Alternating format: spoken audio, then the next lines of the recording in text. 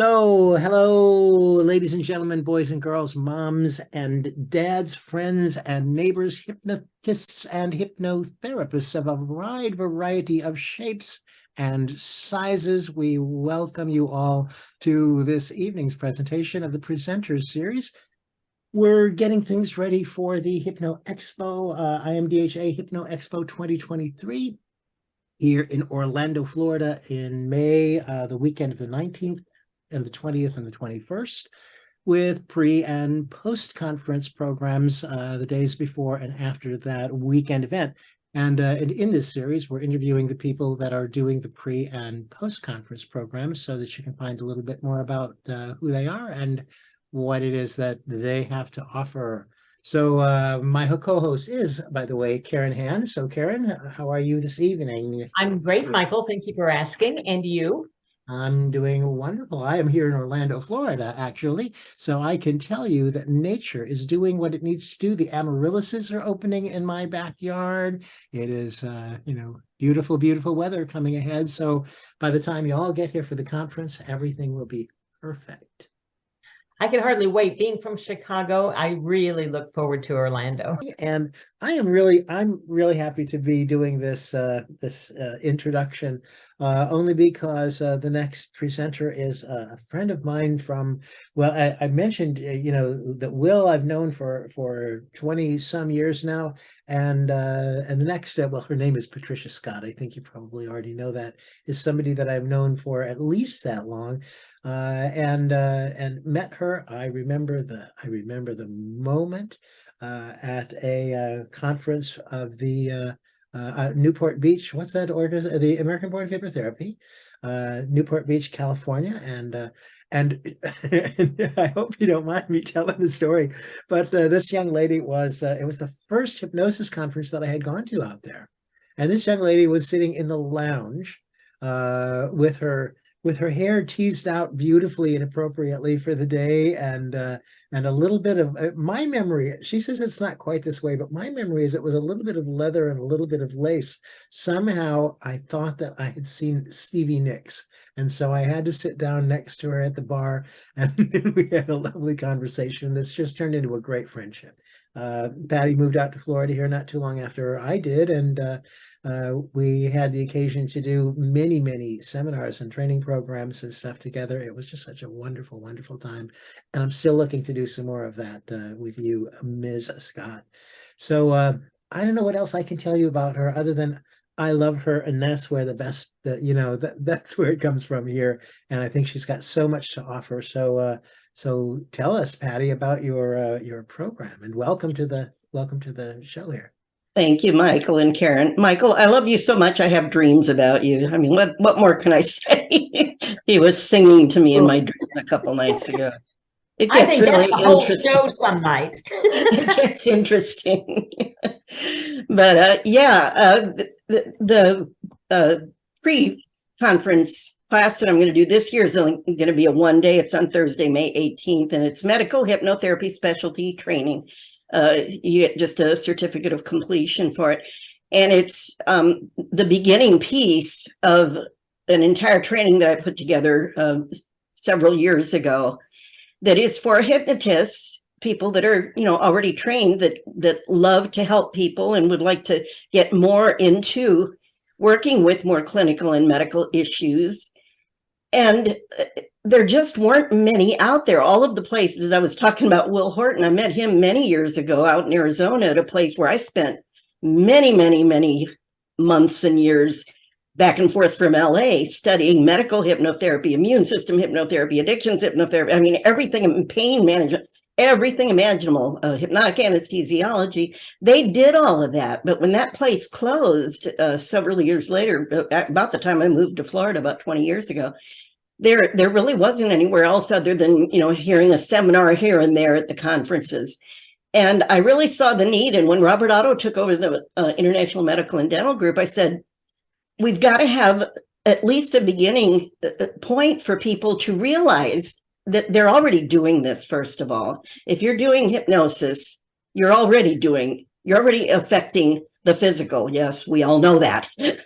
You know, I've had people that I help quit. I have one gentleman that I talk about in my training in particular. This happens over and over, and I'm sure you've had it happen, those of you that are hypnotists, where I had a gentleman that I helped quit smoking here in Florida. And a couple of years later, he showed up at a, with hypnosis. And then he showed up at one of my little classes I did. And he said, I've been wanting to call you ever since. It was like a year and a half later or something like that. And I said, oh, so you finally showed up. He says, yeah, I've been meaning to talk to you because, you helped me and I quit smoking with you and it's been great and everything. But what I didn't tell you, and I didn't think about it until a couple of weeks and then a month later, was that I used to get migraine headaches at least a couple times a week for years and years and years. And he said, after I quit smoking with you, I haven't had a migraine headache since. And this was, a year or two later. And so we are, when we work with people doing change work, we are changing something at the core of that person. We are changing something about their identity. And if it's medical issues, definitely affect how that person thinks about themselves. So I love the whole idea of that ripple effect using hypnosis. And I started with trainers who were in 1992. My first trainers, I didn't realize, were also very good at NLP. They were incorporating NLP into all of the hypnosis trainings. And then I went and took a class from not John Grinder, but it was John Grinder's brother, Michael Grinder. And I took a class with him, and I didn't know who he was at the time or anything, although I had been reading some books on NLP and stuff. But and I said, wait a minute, that's what we did in our hypnosis class. It may be a little different terms for them, but it's all the same. None of this is new, first of all. Centuries ago, they were doing some of this. They just had different names for it and used a little different rituals, as Michael's always talking about the rituals. That's all this is. Consciousness didn't get invented, with each of these techniques or each of these things. And illness and disease and all of these things have been around as long as mankind, I'm guessing, has been around, and Paul Durbin, who was a dear, beautiful, loving friend of mine that I actually met in Arizona when I used to go to do the trainings there. And Paul Durbin, who died a few years ago, he was a chaplain. He was also a brigadier general and one of my great mentors and friends.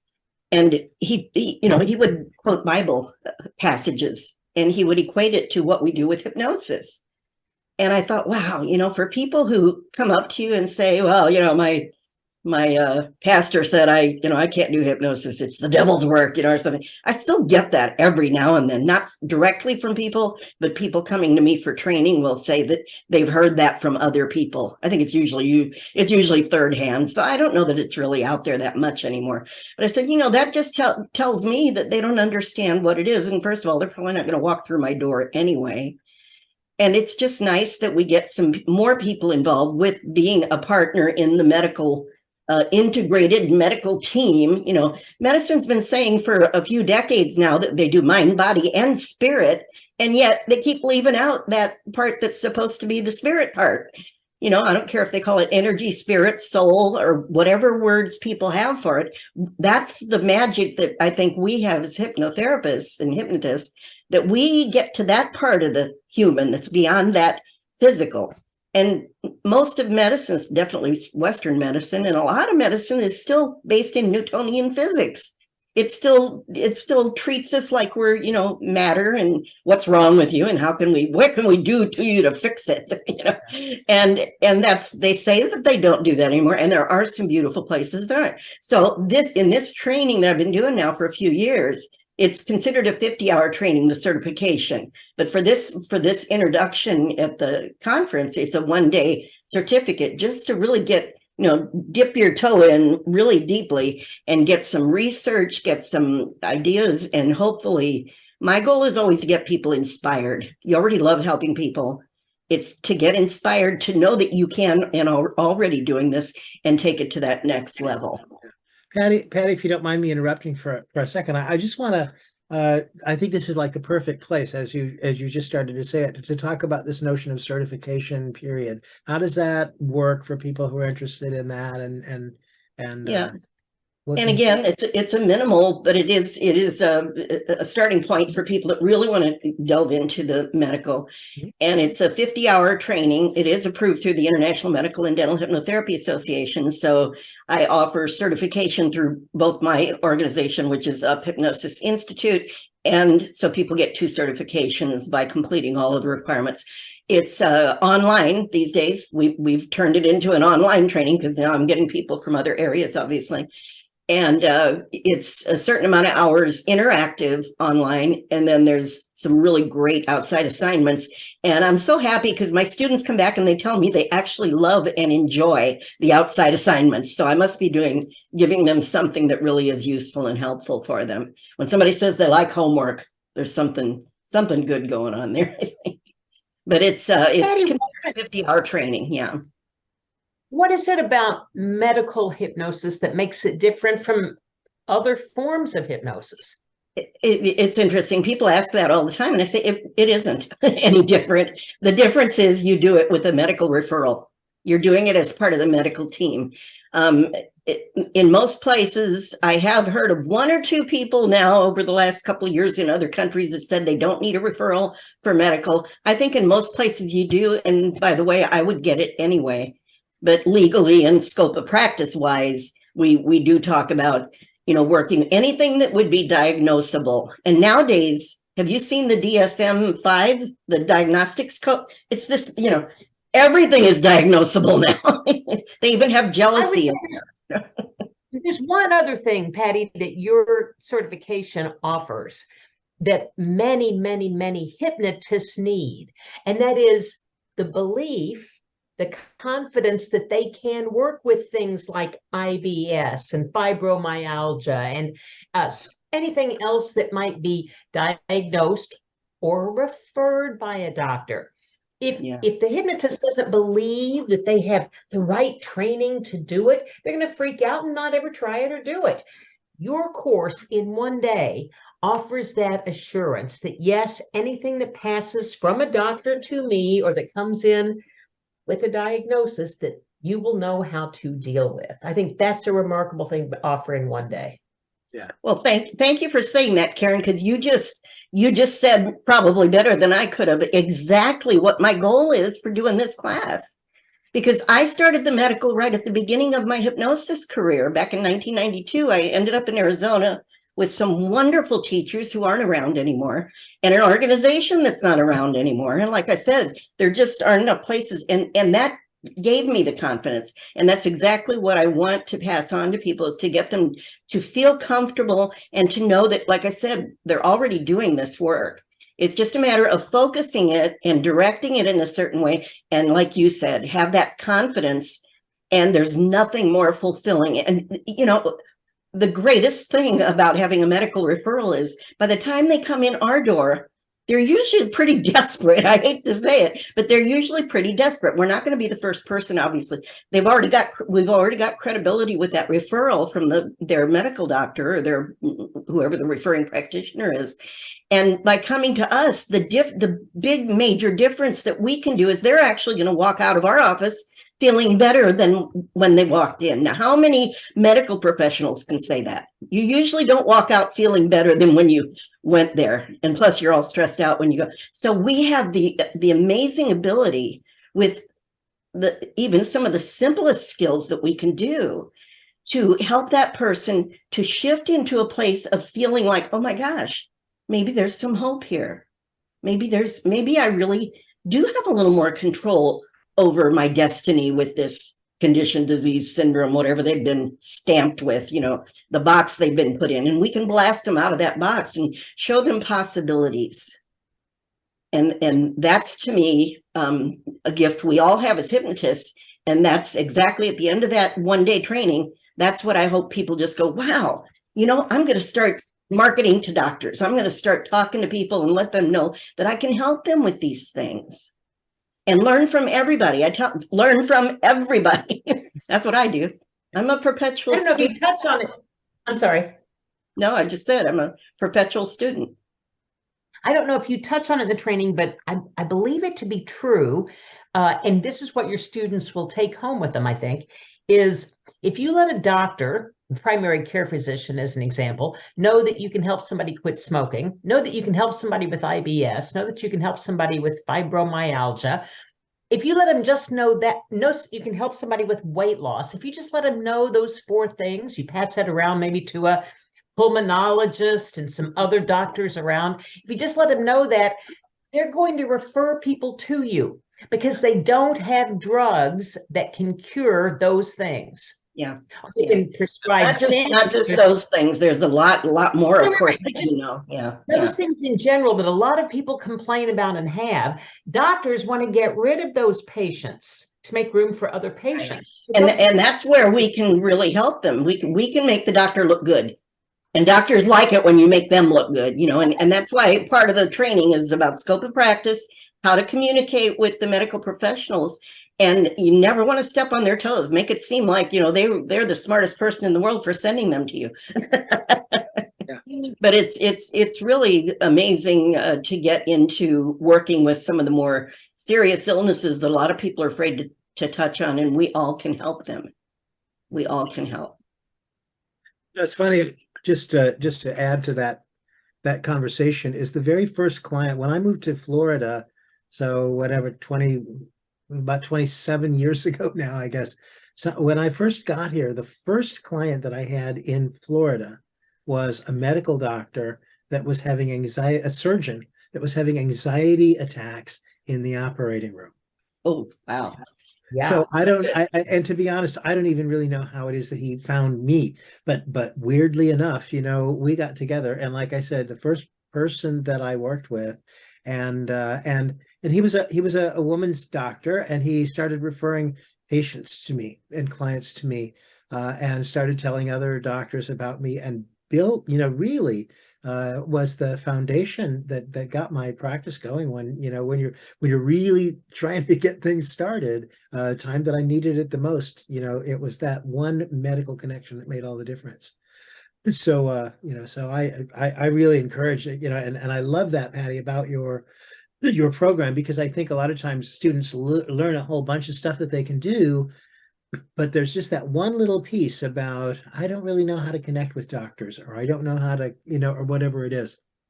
So so I love that. I love that that's a part of your program. Is there any prerequisite? I mean, I assume that the people in your program have to be hypnotherapists already. Is that, or certified? Yeah, for the certification training, yes. They have to have at least 200 hours prior training in order to get the certifications.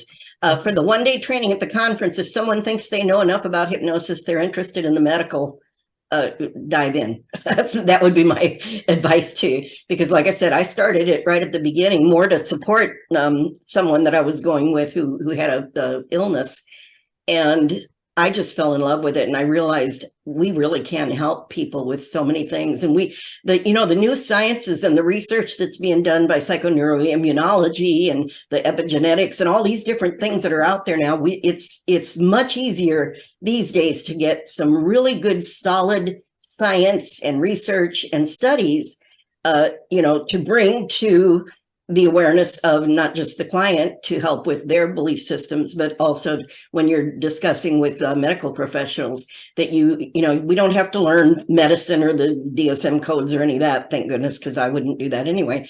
But we can know just enough about what is corroborating what we do and why it is different, why we do tap into a different aspect of that patient, of the doctor, my client, his patient or her patient, that we have the ability to tap into a part of them that is the part that is striving for order and balance and harmony, right? That's the natural state of the human organism, is toward those things. And we can help to get rid of those things like fears. Fear is the main thing. When they're referred by a doctor, they're walking in the door with fear, even if they don't act like it, or maybe they don't even want to admit it to themselves.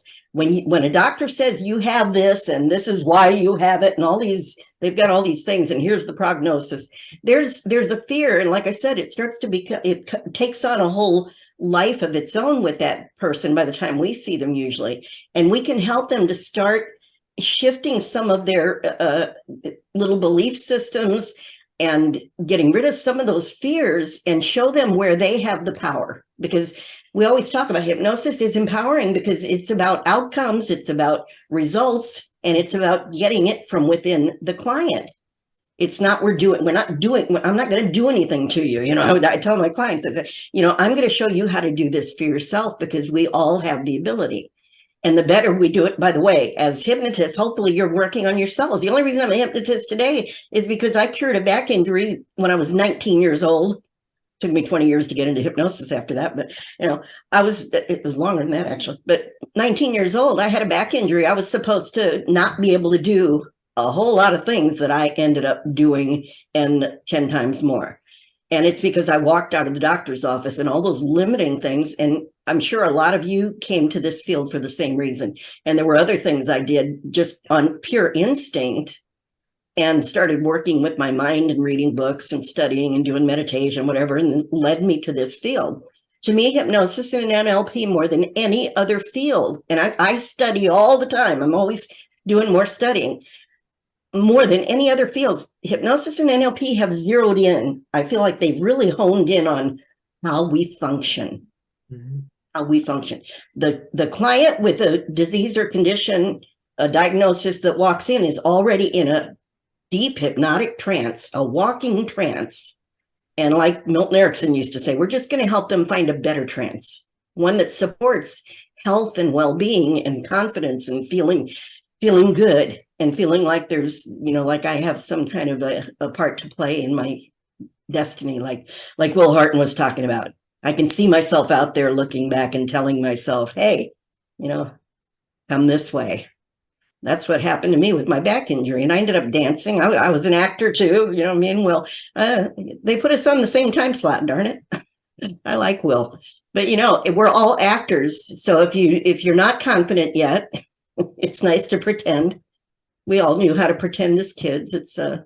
We just happened to do it. Me and Will were doing it professionally. So, but the idea of helping your client, if you care about your client, they feel that, and that's really all you need is to keep getting out of your own head and remember that person in front of you is the important one in the room, and that you have the skills. You always right in that moment, you have the skills to help that person. We all do.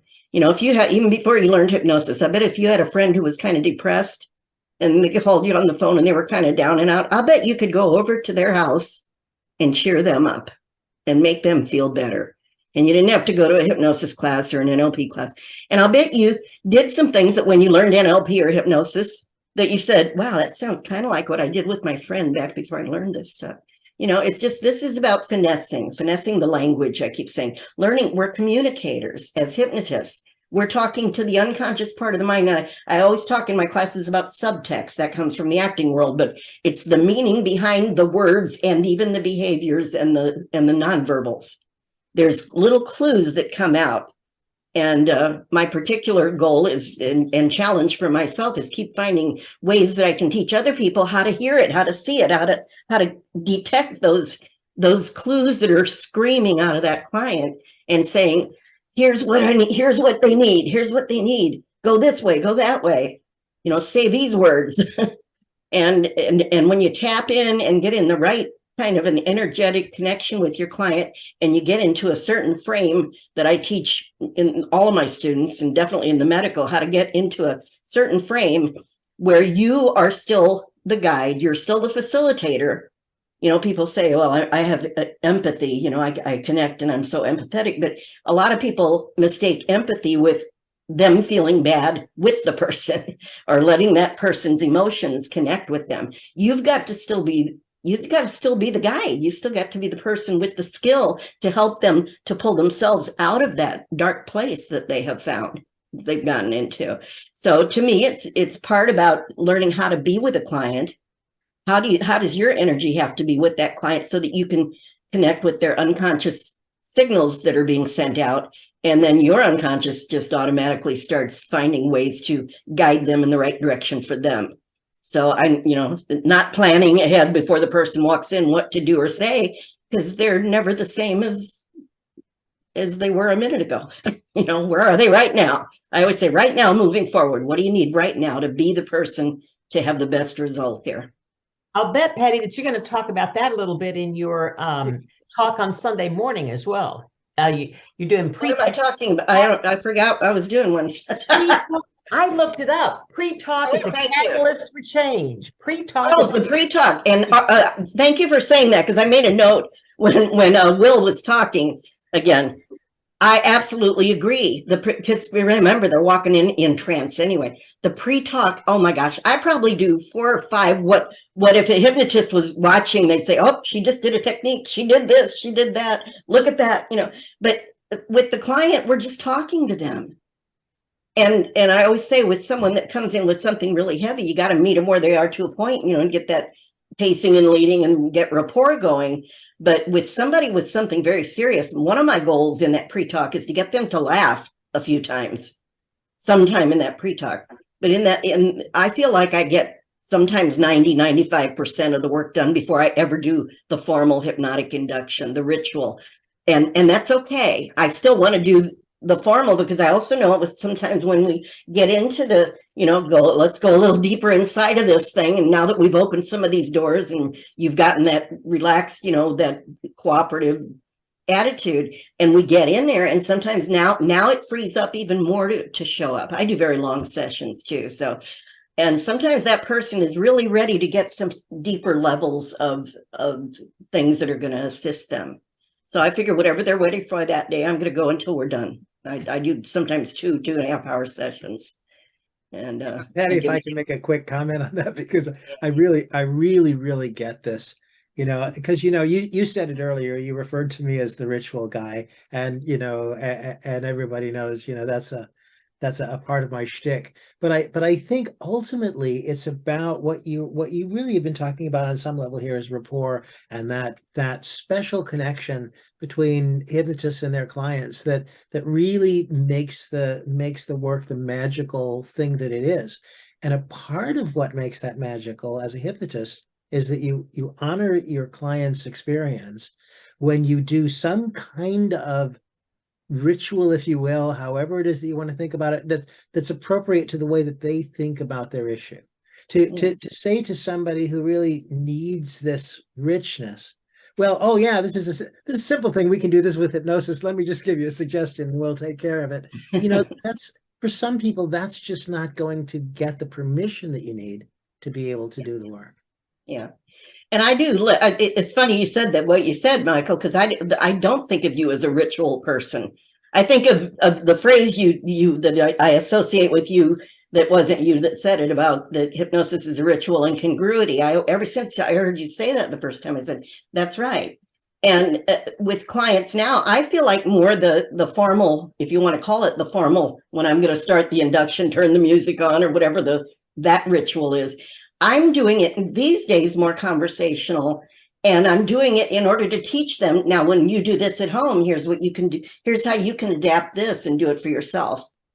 So it's more like educating them in how to do self-hypnosis. Lovely. Well, this is going to be great, you guys.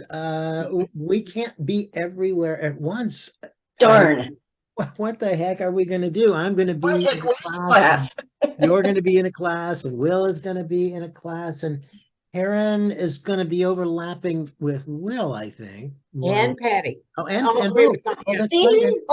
They do that to me. I can't go to see the people I want to see. Oh, well.